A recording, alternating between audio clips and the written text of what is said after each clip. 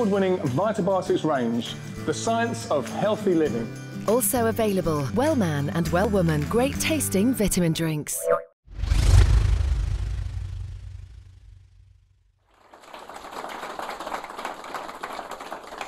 So, good evening, good evening, good evening, unless, of course, you're down under, in which case, well, you're 12 hours ahead of us nearly, probably, and you already know how this conversation has gone. And you can go back to bed. But for the rest of us, we're thrilled to be here for what I hope will be a very exciting Ashes post-mortem, and I have with me four remarkable players and analysers of cricket. Firstly, Mark Nichols, the voice and presence of Channel 5's sublime highlight and summing up programme. Welcome, Mark.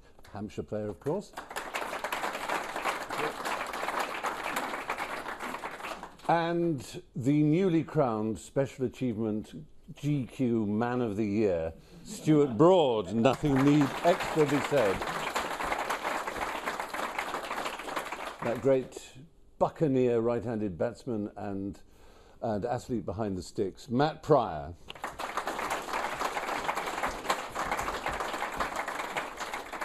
The man they call the King of Swing, James Anderson.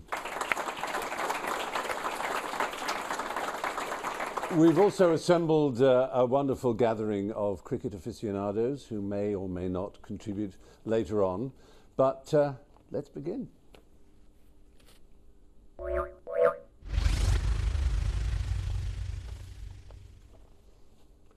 I suppose the first thing I wanted to ask you is that Breathe Sport asked people before the Ashes series who was going to win. I think they asked 10 people, pundits.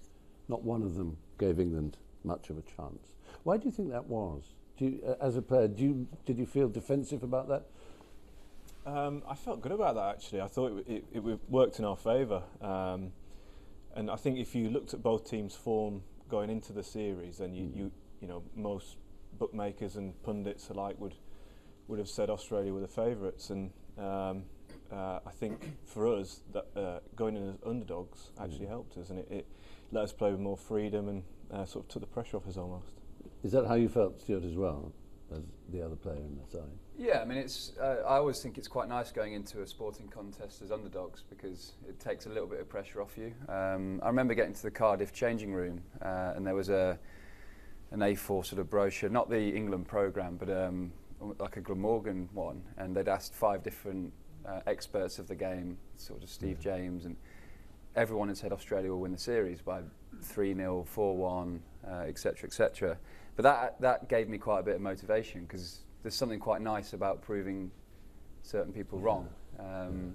And I mean, we'd spent a lot of time where we went to Spain, but the momentum had gathered for us in the one-day series against New Zealand, and there was a real good feeling about our group. We were having a lot of fun, there was a lot of jokes going around. It was just, it felt relaxed but really excited and switched on. So anyone within the group wouldn't have had us down as underdogs because we just felt like something was happening. And you're both bowlers, and obviously what happens when people predict a series is they repeat the obvious truth that 20 wickets need to be got in every test match in order to win. So only bowlers can win a test match, as it were. And there's more pressure on you, is that what you say? I don't know if there's more pressure, but that's obviously the case. You need 20 wickets to win a game. We know that's our job to do that. And like Stuart said, we had a lot of confidence going into that. We'd had some good times as a team, a test side, with a tour to the West Indies and the New Zealand series. We'd won a couple of games, lost a couple, so we sort of, our form was indifferent, but we felt confidence and we felt like we were progressing as a team. So as we got to that first test at Cardiff, we felt high on confidence. And Mark, you're an analyst. You are, I suppose, a pundit. A wise man is an Indian word. It's perfectly. It's not an insult to call someone a pundit. Do you remember? Did you make a prediction? Are you on record somewhere? Can we find you saying England will win or Australia will win? No, 3-1 Australia for me. Was it? Yeah. I didn't hear anybody predict an England win. I heard, I think it might have been Nasser Hussain went for 2-all in the Mail, I think, but I had 3-1. I mean, I think Australia were deservedly favourites. You know, they'd won convincingly at home 18 months earlier, 5-0. It was a resounding series, and then they'd beaten West Indies in the month prior to coming to England. England hadn't managed to do the same in the Caribbean a month before that. There were more question marks about the England side than the Australian side. I think that a big switch was Ryan Harris. A big switch in momentum of, if you like, bookies' odds happened when Ryan Harris pulled out of the series and in fact retired from the game. Glenn McGrath foot on the ball moment. Well, yeah, I mean, I suppose that's a parallel.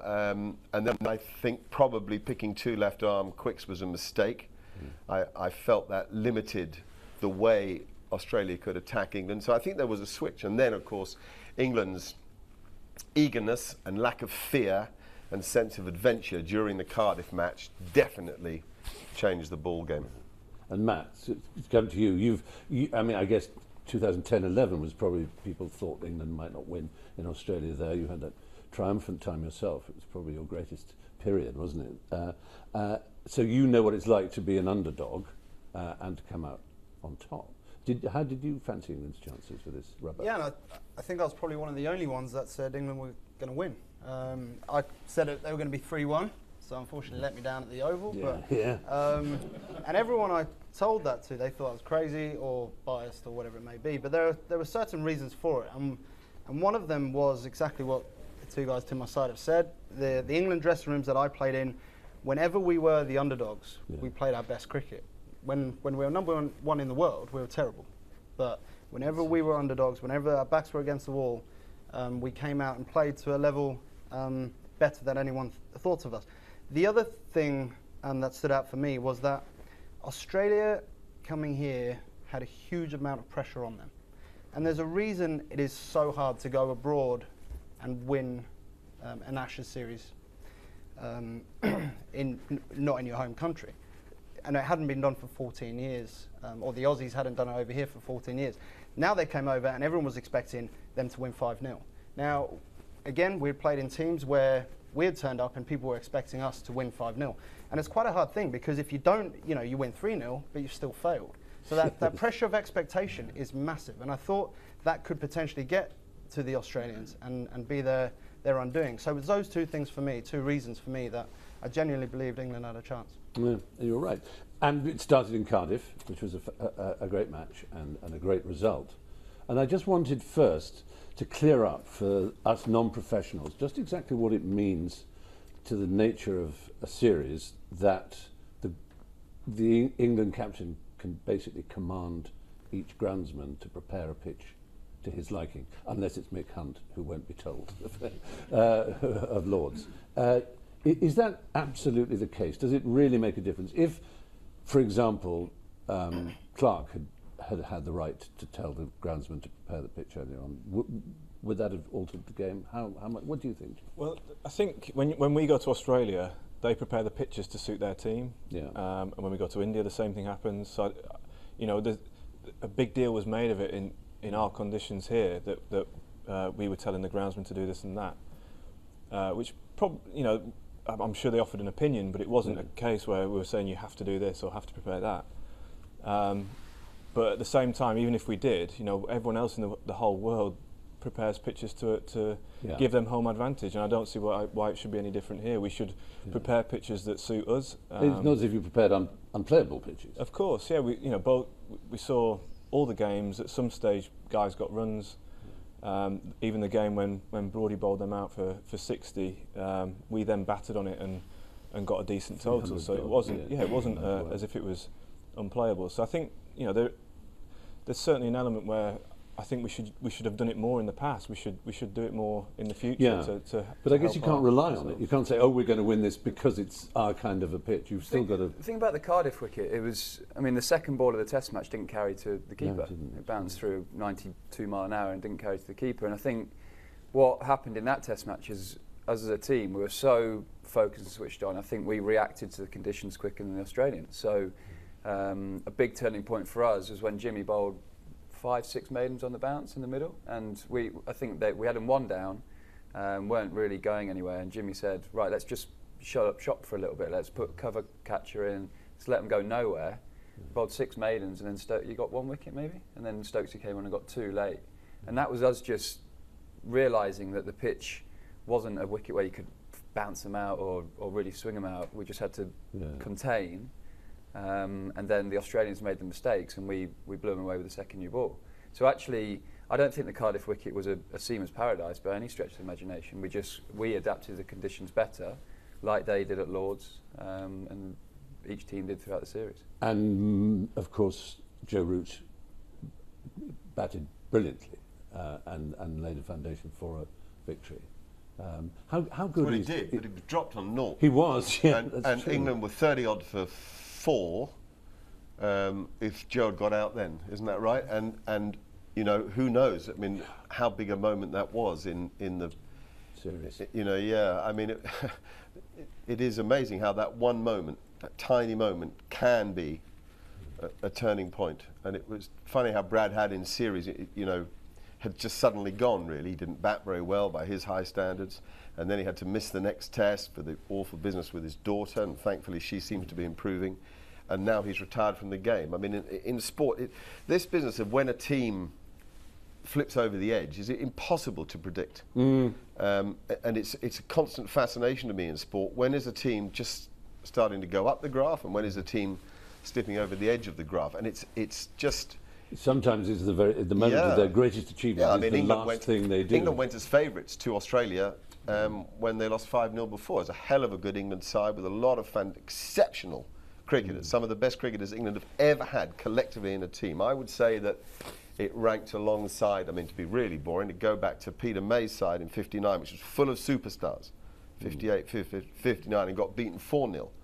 So it can happen. It's not something that just happens now. A team suddenly, for whatever reason, go over the edge, and you can't predict obviously when the captain is one figure, linchpin in a side, and Paul Michael Clarke had a terrible season, and most people who love cricket are very fond of Michael Clarke, think he's a very wonderful, has been a wonderful cricketer in his time, and it was obviously great to see him fail in order to win the Ashes, but then it was hard not to feel sorry. Some of the energy some of these guys had, you know, Shane guys Watson like Mark Wood and new guys, Moeen Ali and these sort of blokes who brought a completely fresh perspective to the way they played, you know, compared the to way Shane Watson in an England shirt. You know, it's very hard to just transport yourself into an England shirt and play the game that is natural to you. It's very hard to do that in any sport.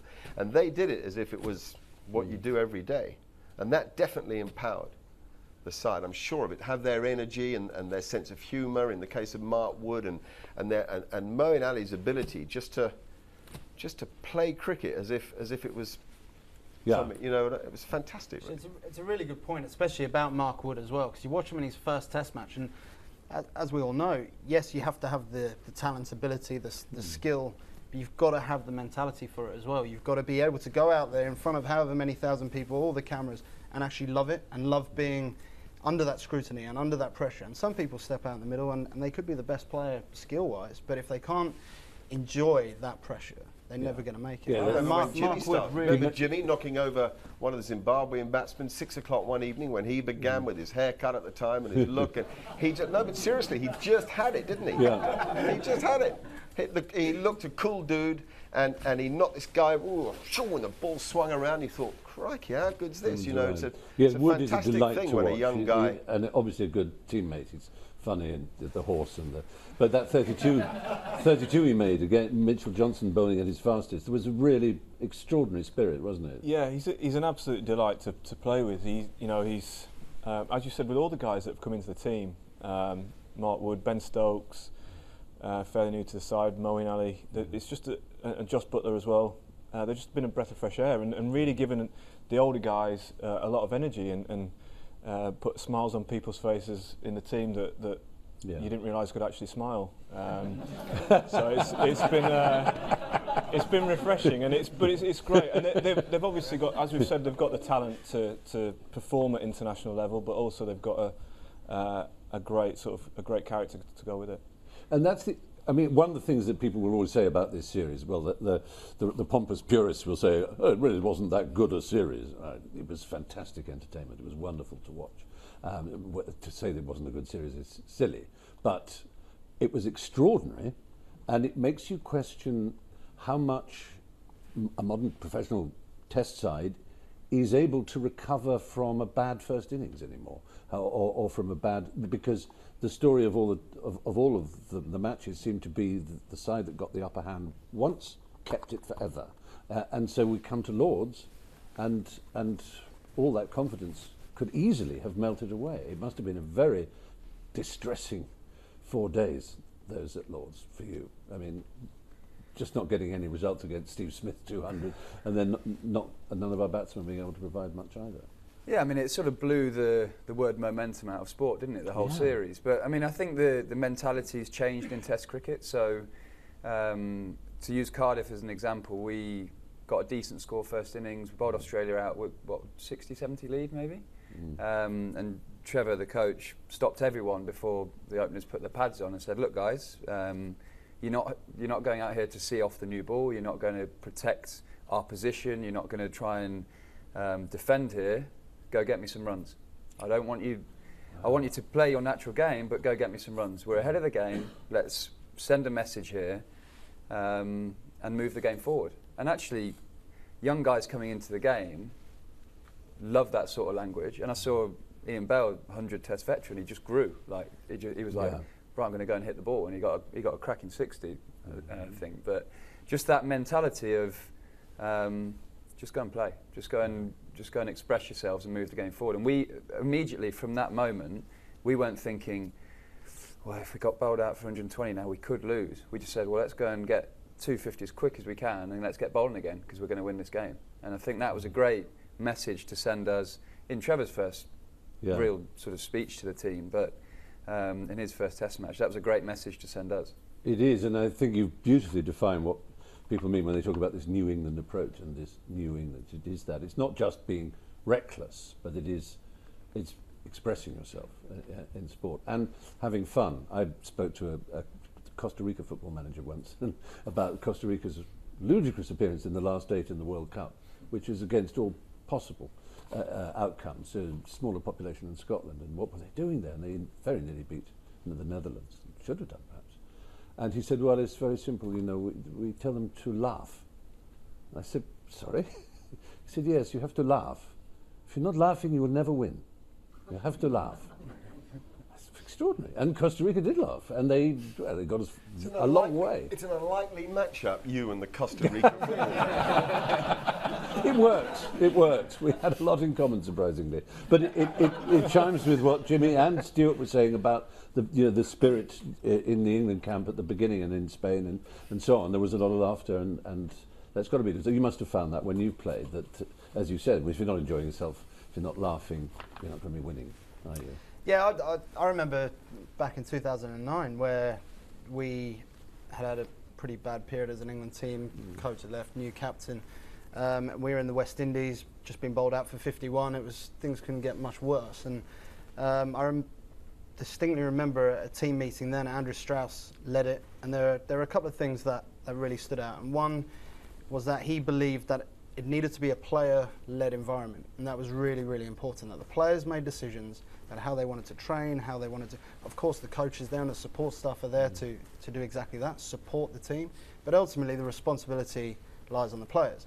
But the other big thing was we had to have fun. We had to enjoy ourselves, and we tried to create an environment that was like playing club cricket on a Saturday or Sunday, but you just happened to be at the Oval or Lords or somewhere else. And those were the two major, as I say, points that stood out for me. And that's the attitude that we took over the next few years, and had quite a fair bit of success with it. And just while you're talking about that, because it worked very well in your era and for you, obviously, I was very impressed that Josh Butler didn't seem to lose his humour, despite obviously what must have been distressing results for him as a batsman. He didn't really perform at any level in any innings, really, in the way that one had hoped he might. But he stayed doing what is 90% of a wicketkeeper's job, it seems, to gee up the forces around him, the slip cordon and everybody else, and to do a little bit of getting at the batsman as well as obviously stopping the ball and stumping and catching and all the rest of it.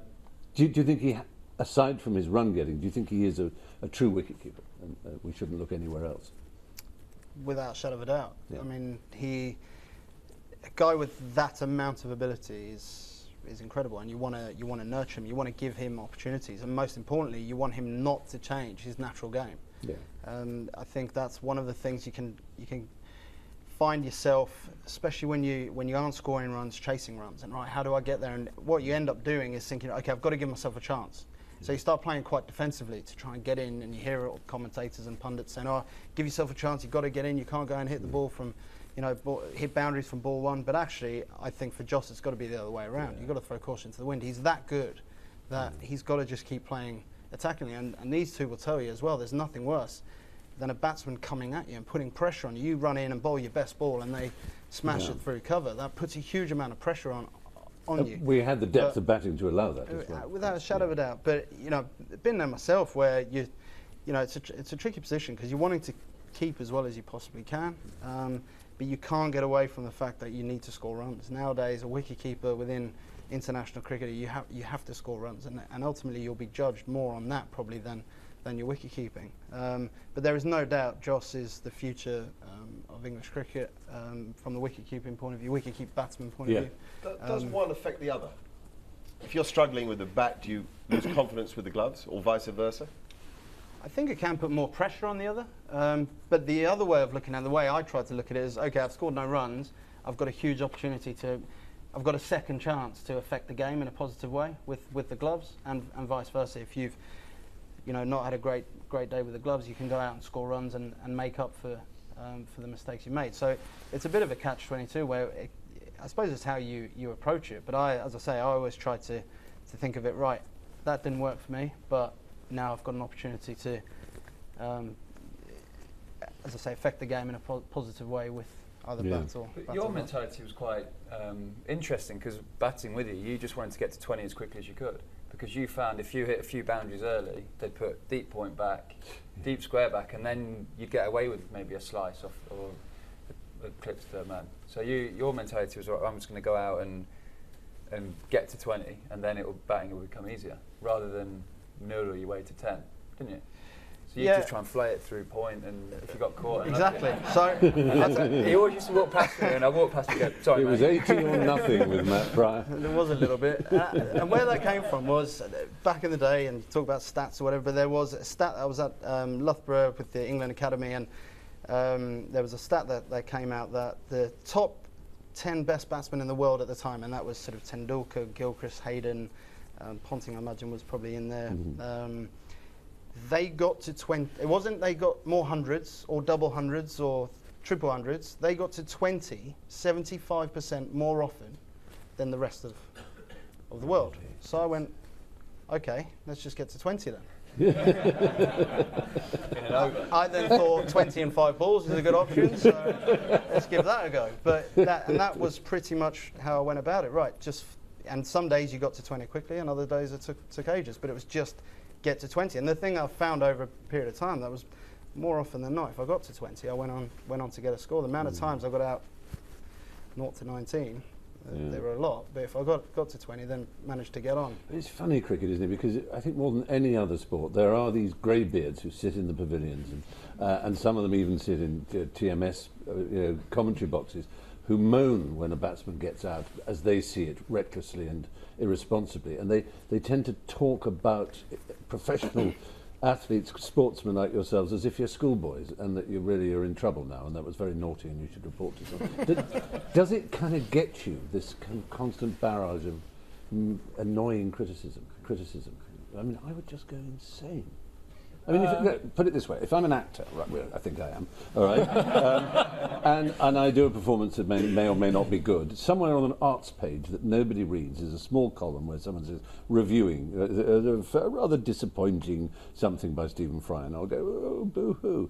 Now, but then, to remind myself of how lucky I am, I go to the back of the newspaper, and it goes, England's Day of Shame. And you think, whoa, just a minute.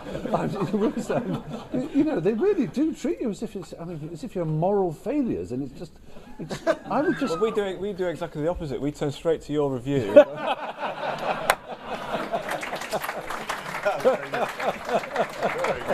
Very good, yeah.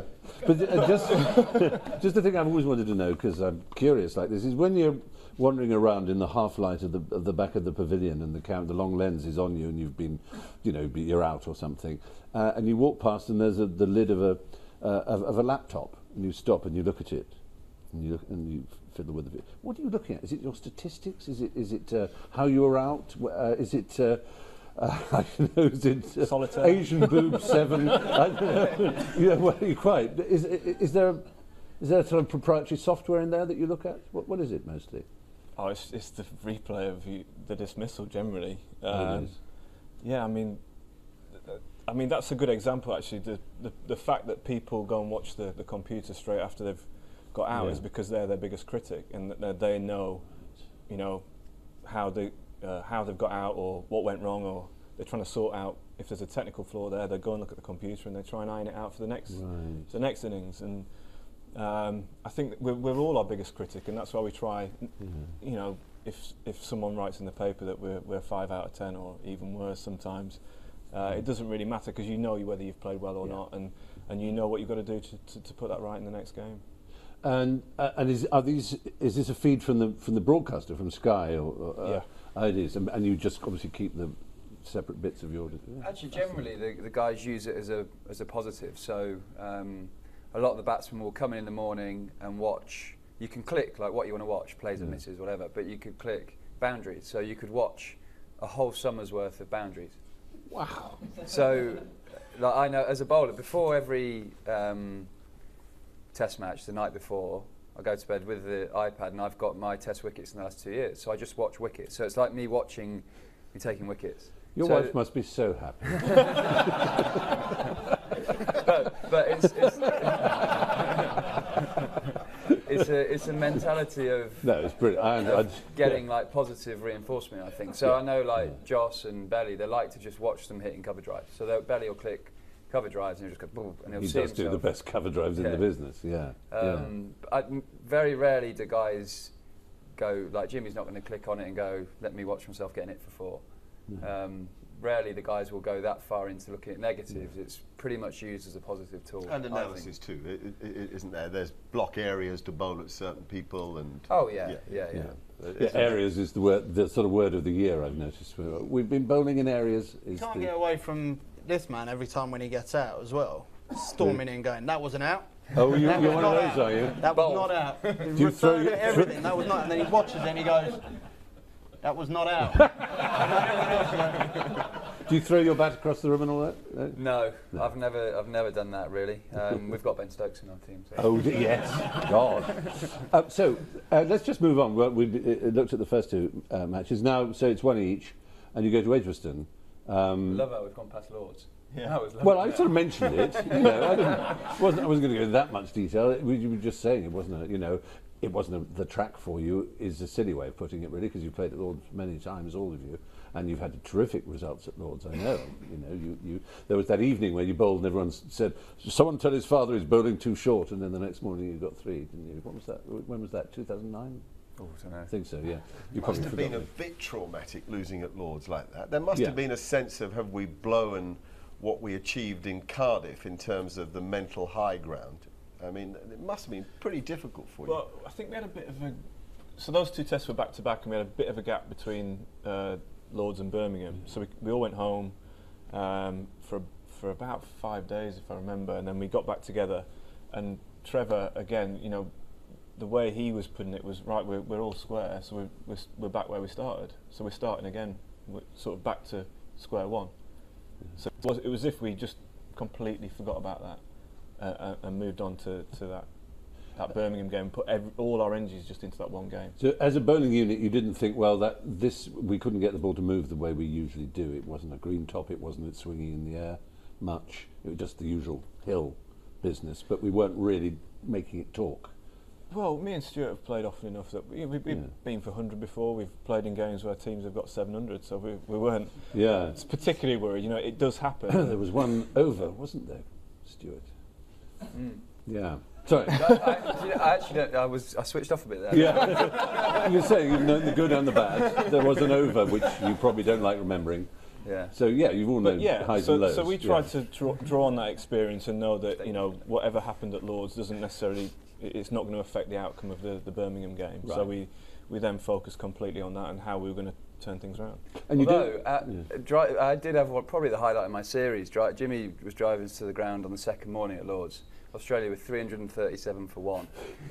So we're both like sore, got our smart shoes on and feet are aching, and we're following this massive Great London bus all the way into the ground, where Jimmy's staring at me from an advertisement, Wellman advertisement, saying, "I feel fantastic." And I keep looking at him, and I'm looking to my right, and every time we get stuck in traffic, he puts his head back. This couldn't be far more wrong, really. Whoa. So yeah, black humour, and it was a bad loss. 405 runs, I think, wasn't it? Yeah. Whatever. Well, you weren't counting. Yeah. And so then to Edgbaston, and it was which was a particularly wonderful match for you. I think everyone felt that they had never seen swing bowling quite so perfectly executed. Did you immediately know you were in the groove?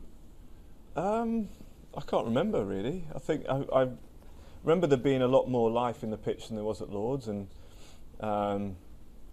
you know, maybe I did get in the groove, and I think when you get a few edges, there were some really poor shots in there as well, which helps. Yeah.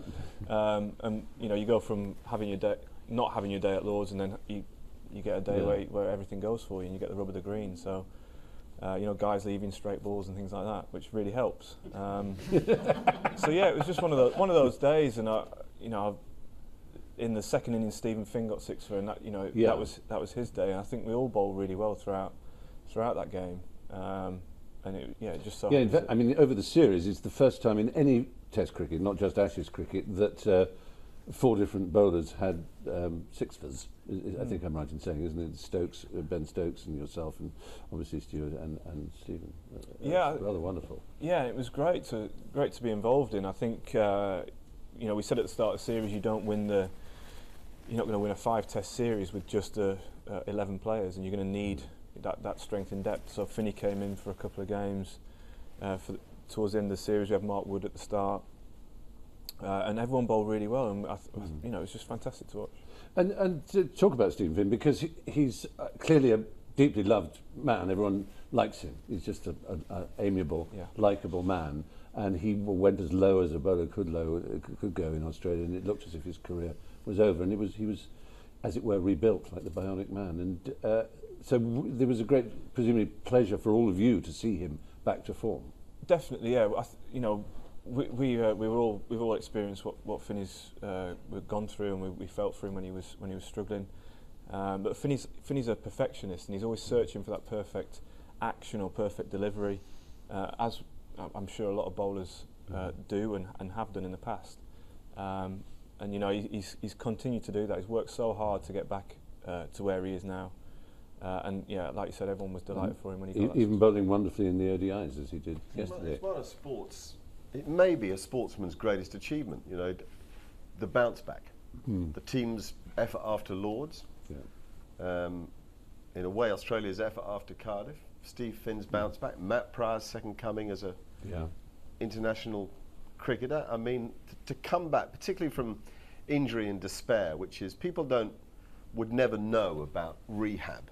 They'd never know about days and nights on your own wondering if you'll ever play the sport you love properly again, if you'll ever reach that level of performance, that attention you get with a full house. It's an amazing thing at bounce back. It takes not just obviously physical strength, but it takes enormous mental strength to find your way back and perform again. Because when you have got yourself back, guys, you've then got to perform, haven't you? You're ready, you're fit, you're ready to go, and you suddenly think, how's it going to come out? What if I get hit for 4? And then, so many doubts can cloud performance.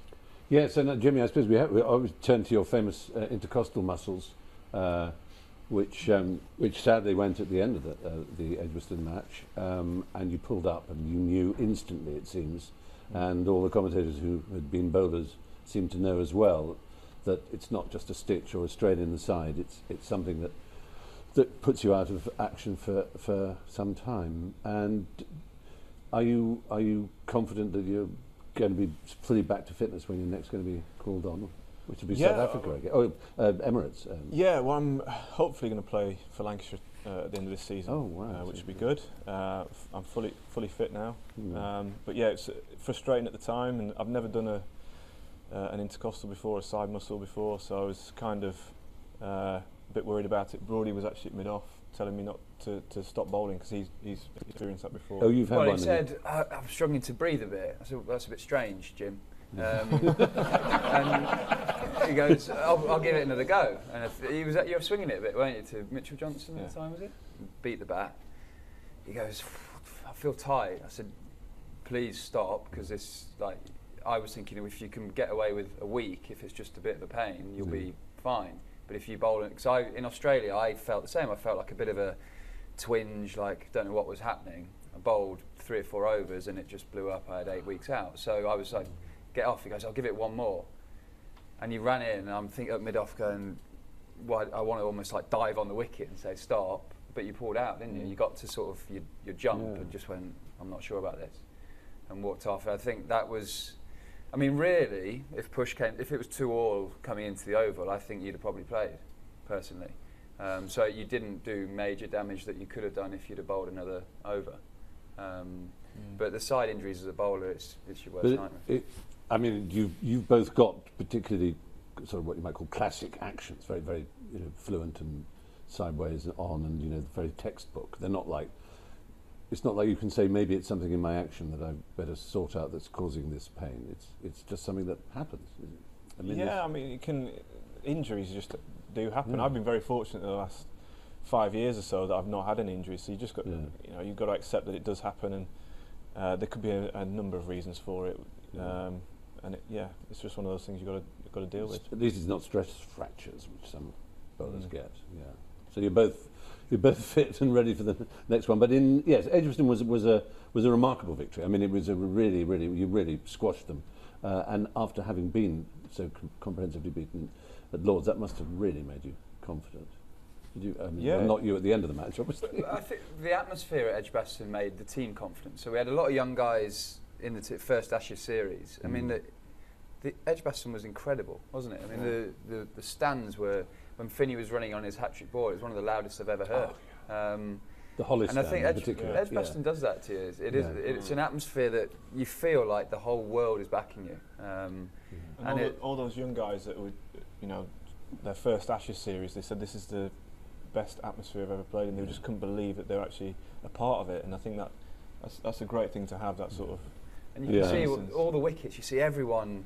There's a picture where Finney's, I think, belly caught a catch off Finney, and everyone's arms are in the air chasing Finney. The emotion that the crowd gave us flowed into our wicket celebrations, I think. And I mean, I always say judge a team by how they celebrate wickets, because if they're right up for it, everyone goes up. And I think throughout this whole series, every player has been right on the money for us. That's very interesting. You can actually see it. Saw it yesterday at the ODI as well. I have to say, extraordinary.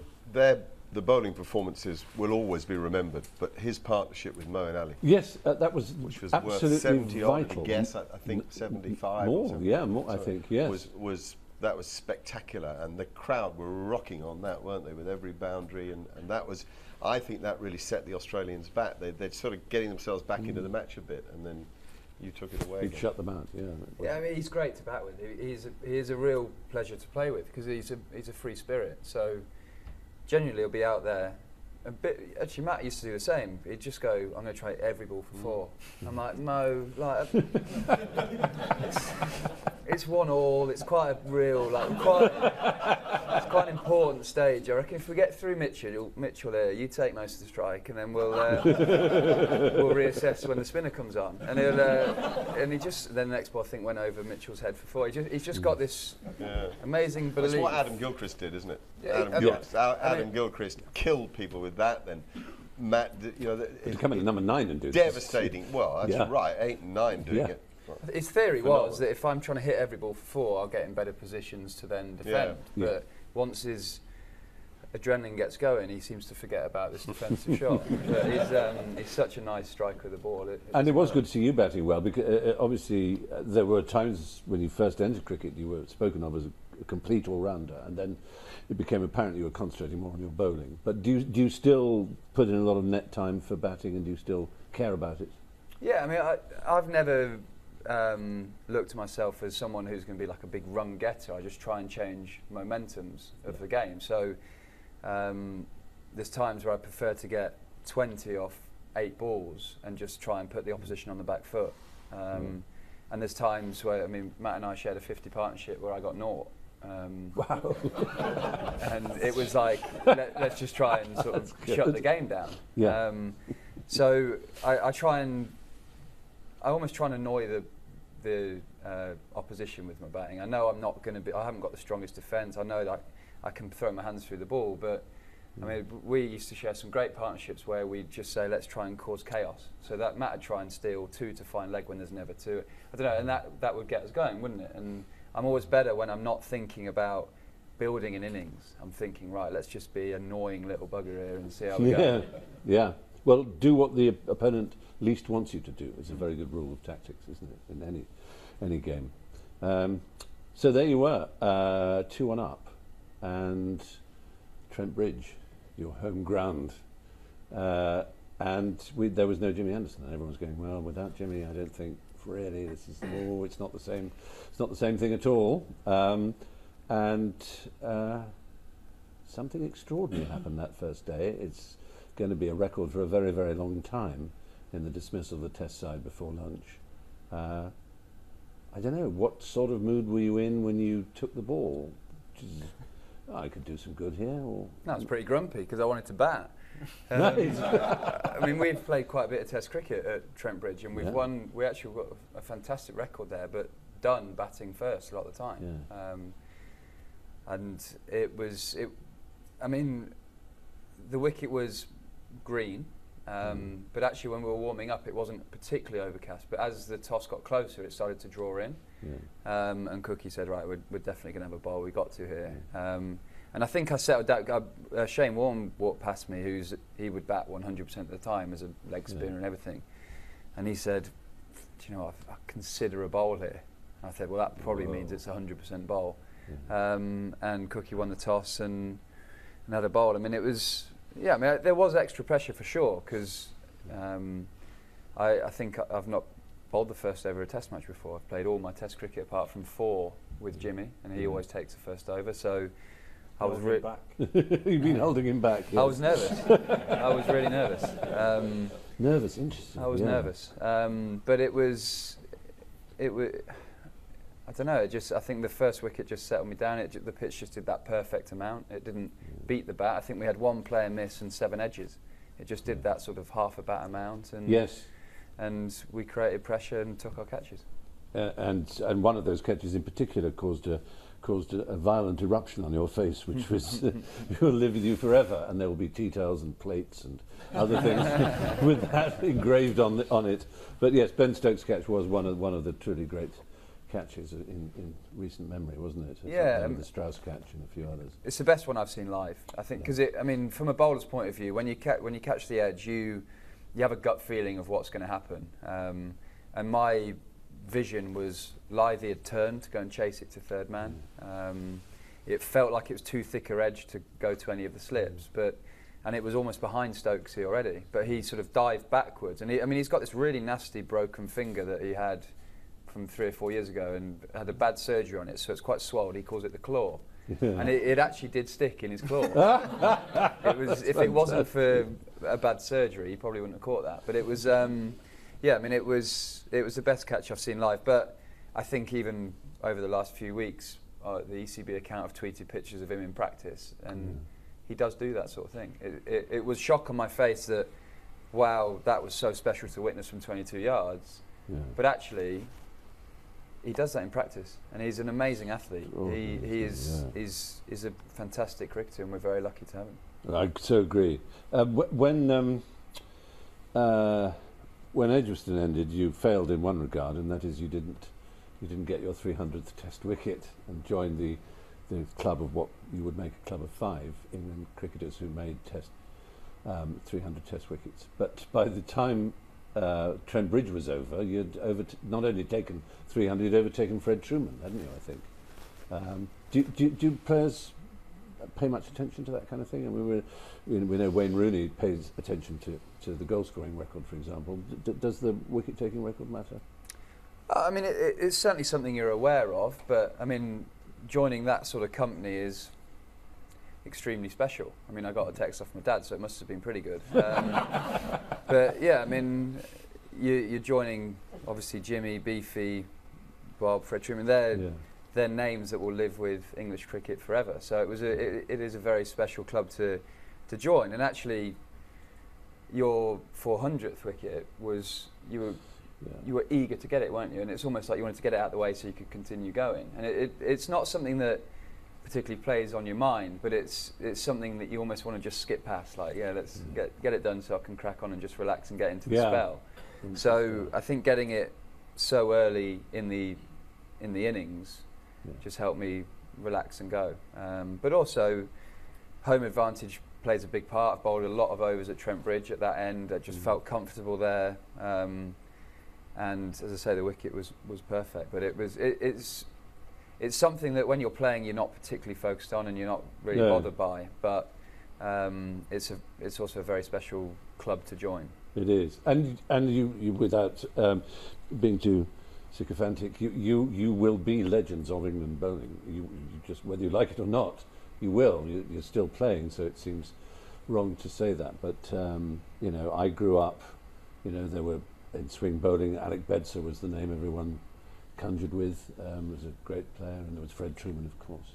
And there will be children chanting your names. Definitely. I mean, they're right up there with anybody. No question. And I mean, 8 for 15 you can reasonably argue innings. that outside of Jim Laker's match in 1956, that's the greatest England bowling performance ever. Yeah. You can perfectly reasonably argue that, and you'd be hard pressed not. You'd win your argument. So you win 8 for 15 in an hour to win a Test match. Yeah, it's insane. That's a pretty good effort. Yeah, it is. It's a pretty good effort, and it was a triumphant match, and it meant that the Ashes were ours. I say ours, yours, and so the celebration at the end was the celebration of the winning of the Ashes. And you watched, of course, you were there, and you must have been thrilled, but part of you must have been damned annoyed as well. Yeah, of course. I was. Firstly, you know, I was really frustrated not actually being out there with Broady when he got his 300th wicket, because we've experienced pretty much every one of our wickets together, and we've built up a really good partnership over the years. So it was great for me. You know, I was delighted that I was there to see it, but I'd have loved to be at mid-off when he did get that. I did wave at you, but I think you're making a brew at the back. Yeah, I was on the brew run at the time. But what was the question? No, but it was an extraordinary experience to watch the team, your team, your people. Yeah. I would have loved to have been playing in those last two games, but you know, I think when you're not playing, you're a fan. You're a supporter of the team, and I was, you know, I'd have loved to have been 15 pints down with the rest of the fans out there, but I was having a cup of tea watching it, which was a bit different. But it was fantastic to be there and experience it, and experience the what it meant for everyone. It was a great moment actually when we went straight after Mark Wood took that last Ashes wicket, went up to the change room, came back down to walk around the ground and just sort of say thanks to the fans. Obviously Jimmy's record at Trent Bridge is unrivaled, isn't it? I mean, I don't know, you'll know what it is, but it's your ground, it's your personal territory. I've no idea. What Trevor's like 19. But so we walk out as a 12, and as we walk out, the whole stand, first stand we get to, started singing Jimmy, Jimmy, Jimmy Anderson, which I mean I found very special. You must have found remarkable, really. And I think that summed up how much the English fans wanted Jimmy there, wanted Jimmy playing, and and the Trent Bridge fans want. Yeah. Talking of the England fans, it is interesting. They're wonderful, the grief they give Mitchell Johnson, especially at Edgbaston. I mean, hilarious. He took it very well, and it was great. But you don't get much Barmy Army anymore, because the Barmy Army was all about an ironic acceptance that England could never win anything. So they just go Barmy Army, Army, army, army, army, like that, while Atherton's men strained to put together any kind of performance. That won't make it on the QI, will it? And now fans are, I think they seem to be better informed. They you know, they really connect with the game in a wonderful way. Did you get that impression? What about you, Matt? Yeah, well, on that day in Trent Bridge, it was my first day at the cricket not working. So I was sat there that morning. So you're drunk. It's the toughest question I've had in the last 6 months. Yeah, and it was incredible. And for however many years, a lot of people said to me, "Oh, you got the best seat in the house," and I didn't really know what that meant as a wicketkeeper, but I literally did have the best seat in the house, because sat in the crowd I couldn't see anything. You talk about that Ben Stokes catch. I mean, it just flies, and it's, oh, what happened? Oh, there, and then you have to wait for the sort of highlight replay. package and everything else. But yeah, that being in the middle is quite literally the best place in the world. It's yes, you can be in the crowd, you can be in with the fans and everything else, but you don't feel the whole ground. You can hear everyone around you, but you can't hear the whole ground. In the middle, when you hear it all going off, it's just the best feeling in the world. And the England fans, to be fair, they do it well. They do well. I mean, they have stump mics and all the rest of it. We don't hear the wicketkeeper sledging particularly, or even doing much more than clapping hands. Oh, you do you? Well, we get it turned from your up Channel in 5 mic. Yeah. But So don't worry, you're safe with me. No, we can hear, when the keeper stands up to the stumps, you can hear everything. Right. The stump mics are they're crystal clear. So more than When just the the guys are usual standing "come on, back. lads," which is what usually there's the clapping of the gloves. Did you say a bit more than "come on, lads"? Yeah, a bit more than that. Yeah.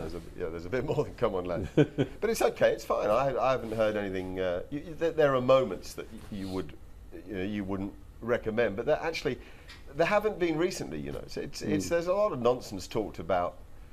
Well, I think there is. You tell me. You play. There's a lot of nonsense talked. There are moments that are unpleasant, and they seem to have drifted away.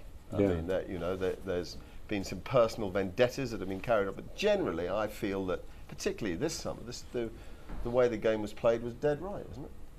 So between the teams, there seemed to be. The spirit was good. You felt? Yeah, it was great. I mean, I think the way the game's going, there's going to be less and less sledging because of the stump. Everyone's aware of the stump mics. If you get caught on camera sledging or anything, then you get pulled into the match referee's office. So there's going to be less and less There's of got that. to be room for characters, hasn't there? You can't squash personality, surely. I mean, there's a dividing line, I accept, between behaviour that isn't good for cricket, but there's also behaviour that is a fantastic spectacle. Yeah. When guys are going at each other and staring each other down. But the great example of that was Wahab Riaz in the World Cup against Shane Watson. It was an unbelievable contest. Brilliant. Bowling bounces, they were sledging each other, going at each other. They both got pulled in afterwards and got fined for that. So that's going to, that was great entertainment and great to watch. But Rod Marsh gave the Spirit of Cricket lecture a week or so ago and gave exactly that example and said everybody was captivated, both in the ground and on television, and the guys get fined for it. How ridiculous is that? You know, you've got to get that balance right. You don't want to take away the emotional excitement of the game that the players are prepared to give us through their own performance. The big thing for me with all of this is, look, fans want greater accessibility now to professional sports. When you look at Twitter, you look at everything else. Stump mics are now turned up, which are going to make players go into their shells, not get into that battle. But the real sad thing for me is when players then take it off the pitch themselves and start sitting in press conferences and saying, well, he said this and I said that, and there's an unwritten rule that what goes on the pitch stays on the pitch, and you've got to play with that trust as well. There's a trade-off between. It's competition. It's Australia versus England.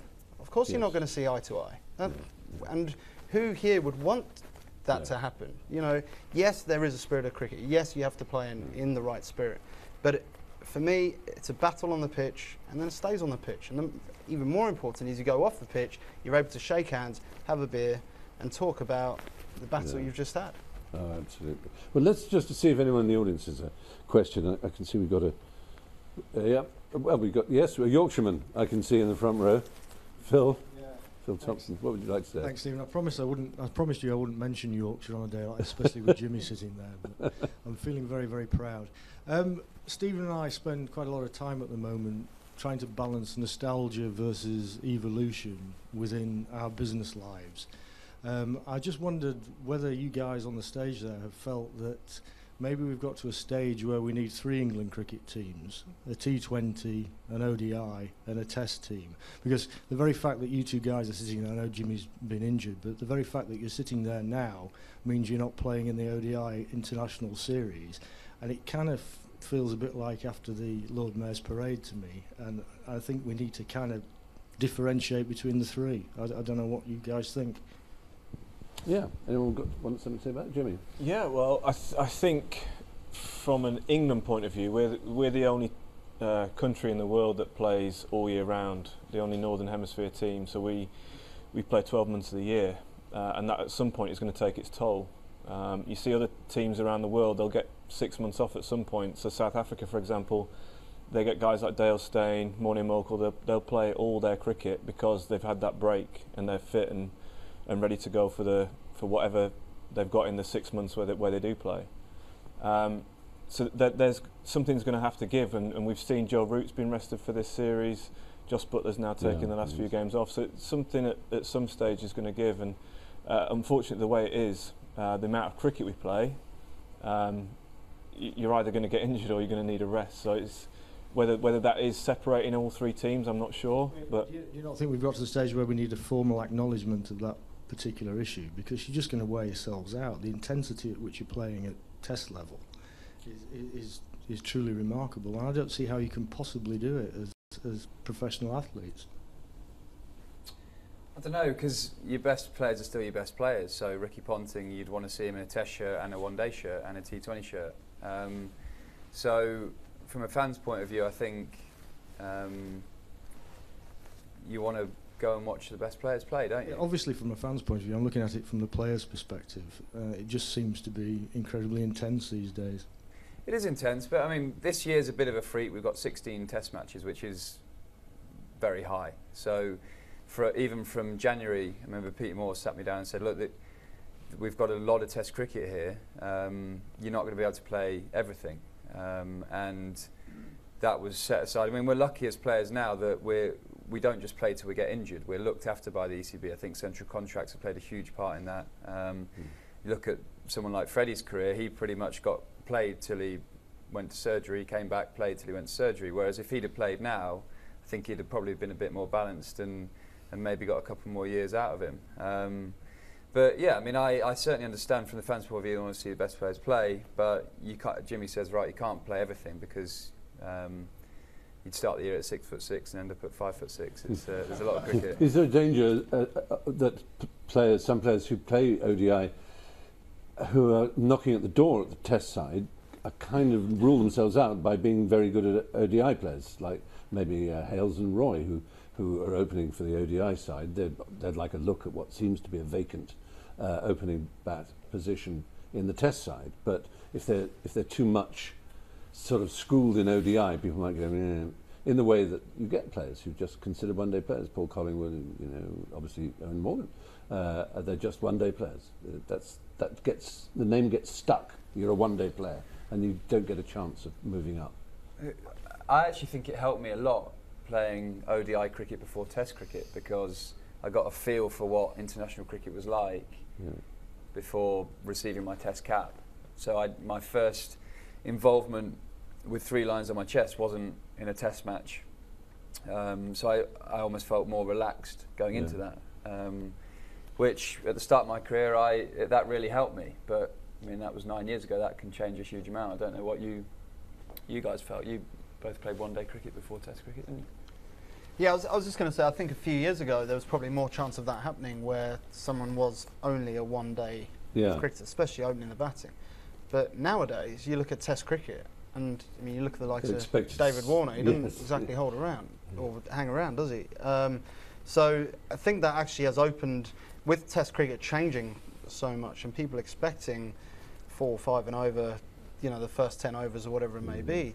The likes of your Hales and Jason Roys have got a real good chance. Yeah. Oh, that's Yeah, I mean, there's obviously a difference between batsmen and bowlers, I think. Bowlers need to be looked after. Joe Root is taking a break right now, but he might say that, you know, as long as he's feeling fine, he'd like to play all formats. I think it'd be very difficult. You're actually suggesting sort of a definite line. They're the one-day team. But the trouble is that there were, you know, what do we got at the moment? Root, were he not rested? Moeen Ali, Ben Stokes, Steve Finn. Is there anybody? Joss Butler. So there's 5 out of 11 Test players in the one-day team right now. Stuart, if he was not rested, would be in it. Jimmy, Jimmy might be. I don't know. Would you choose to play all one-day games now? If it was a World Cup, you'd play, wouldn't you? I still think I've got something to offer the Yeah, well, one-day that's team. interesting. Yeah. So But obviously not all the games throughout the year. it would be difficult to play. Yeah, like Stuart said, with 16 Test matches this year, it would be difficult to play all 4. In answer to your question, I implore the administrators to ask the players to play less than they play now. I think it's a commercial chase for them, and it is unnecessary to play 5 one-day internationals now. A series of 3 would have been adequate and fascinating. My question to you, if you were a selector and you had a line between the different teams, someone like Joss Butler, what team are you picking him in? Because he's an amazing T20 player and he'd win you a game. Fantastic one-day record, but he's the Test future keeper. I think Mark's point is the most valid one. I think there is a difference between the batsmen and the bowlers. In my day, I was a batsman wicket keeper, and I would have wanted to play every single game that was ever there, but my opening bowlers would not wanted to do so. Joss Butler, I think the argument for dropping a batsman is that once you're in touch, and you want to stay in touch. So play and play and play and play. I was more directing the point to you guys as our premier fast bowlers. We don't want you worn out. We want you to go to the next Australia series and win it again for us. Very good point. It is a good point. Do we have another question? Anybody? We've got footballing legend Peter Buck. I was going to ask you. I was going to ask you a question about the difference between the Duke and the Kookaburra, but it's boring because what I'm getting from you lads there is a warmth, and being in football, when I've been successful, it's always been a good dressing room. So I'm going to hit you with this one. There was a lot of publicity before this, the momentum in the New Zealand Test, the young guys you talked about, certain player, Kevin Peterson, you were all talking about, who, from reports, might have been disruptive in the dressing room. Do you think the dressing room is better than the Maverick? Well, it's a good question, that, isn't it?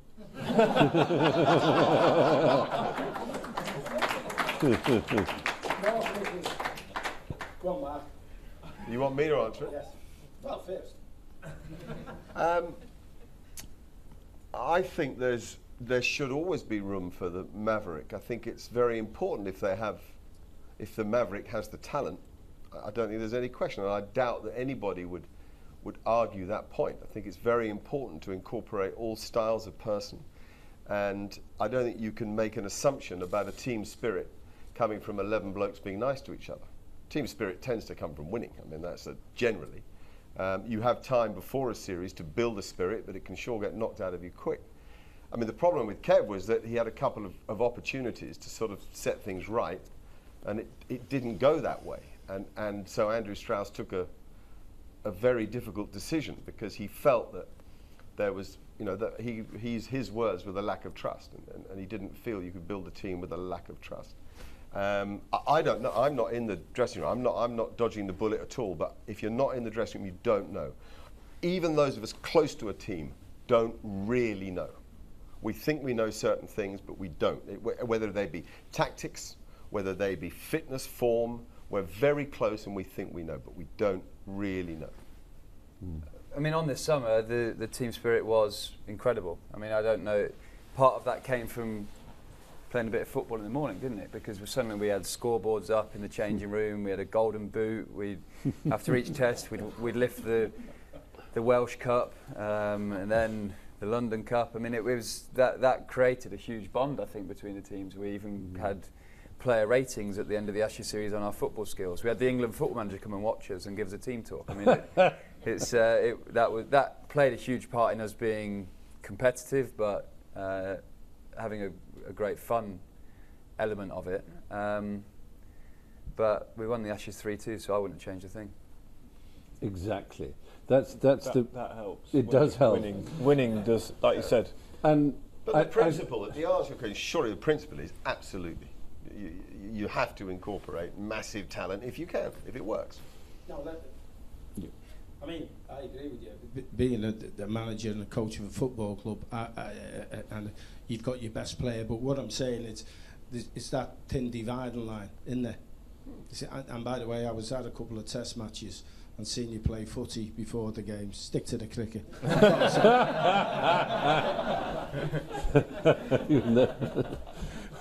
Well, we're coming close to the end of our time this evening. It's been really fascinating. I think one more question would be reasonable, and that's looking forward to the future of England Test cricket.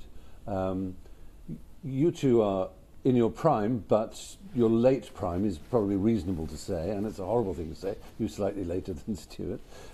There's an Ashes series coming up in Australia, 17-18, I think, isn't it? Yeah. Do you look forward to playing in that? Or I'd love to play in that, yeah. Great, we'd love you to play that. So my question is this, really. I mean, I imagine that we'd hoped to build a team around Stuart, around Alistair Still, around Joe Root, Mark Wood, Ben Stokes and Jos Buttler. Do you still see that as the core? Am I right in identifying that as the core of England cricket, essentially? And can you think of any new names that might come in to entice us? I can't see the team that moves forward being very different to the one that the sort of, I think we used 13 players this summer. I can't see the 13 players being much different. You know, there's always room for new talent, new guys who are getting runs in county cricket, doing well in one-day cricket. So you know, there might be room for James Taylor or Alex Hales, Jason Roy, guys like that will be knocking on the door of the Test team if they keep performing the way they are in the one-day game and for their counties. So there'll always be you know, competition for places, which I think is great at the moment. We've got a good depth there, also in the bowling department. So I can't see the nucleus being much different to what we've had though. Yeah. So Matt, would you agree? Is this a team, for example, just going immediately forward, that can beat Pakistan in the unusual conditions of the Arab Emirates? Do you think? Yeah, certainly. Again, I think as an England fan, this is a very, very exciting time for English cricket. You look at the ability and the talent that is in that England dressing room, and they are playing nowhere near their best cricket yet. Because I can tell you now, in 2 years' time, with 2 years or even a year's time, 18 months' time, more experience of playing Test cricket in different parts of the world, in the UAE, in South Africa, against different opposition, that bit of experience added to the just raw talent and ability of the Stokes and the Butlers and the Roots, etc., etc. This has the potential to be a very, very strong England team. Yeah, wonderful. Stuart. I mean, a name we've not really mentioned tonight, who I think has got a incredible Test career ahead of him, is Gary Ballance, because I know he missed out after Lords, but let's not forget he averages still 48 in Test match cricket. He was what Young Batsman of the Year, I think, the previous year. And he's got a temperament that is very much suited to maybe the old style of Test cricket, but he doesn't want to give his wicket away. He'll bat for you all day. And sometimes we forget that he'd never batted 3 in his life. He was a number 5, and he got asked to bat number 3 for England and came in and averaged 60 and did incredibly well. He, as every cricketer I've ever known, had a bit of a tough period for 5 or 6 Test matches. Missed out and missed an incredible part of the summer, but he will at some stage come back into this England Test team and have a huge amount of success. So I'd look at someone like him being like the rock of the English batting lineup for many years to come. That's good. Mark, your thoughts? Well, I think Test cricket's evolving before our eyes into a very high tempo and high maintenance game.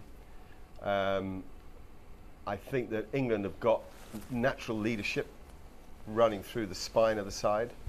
We've barely touched on Joe Root's fabulous summer in a million ways, not just the 200s. I mean, the innings at Trent Bridge was as pure an innings as you'd see on a very awkward pitch. And he bowled both the pitches. Catching, the bowling. It was Ben Stokes has got something very special in him.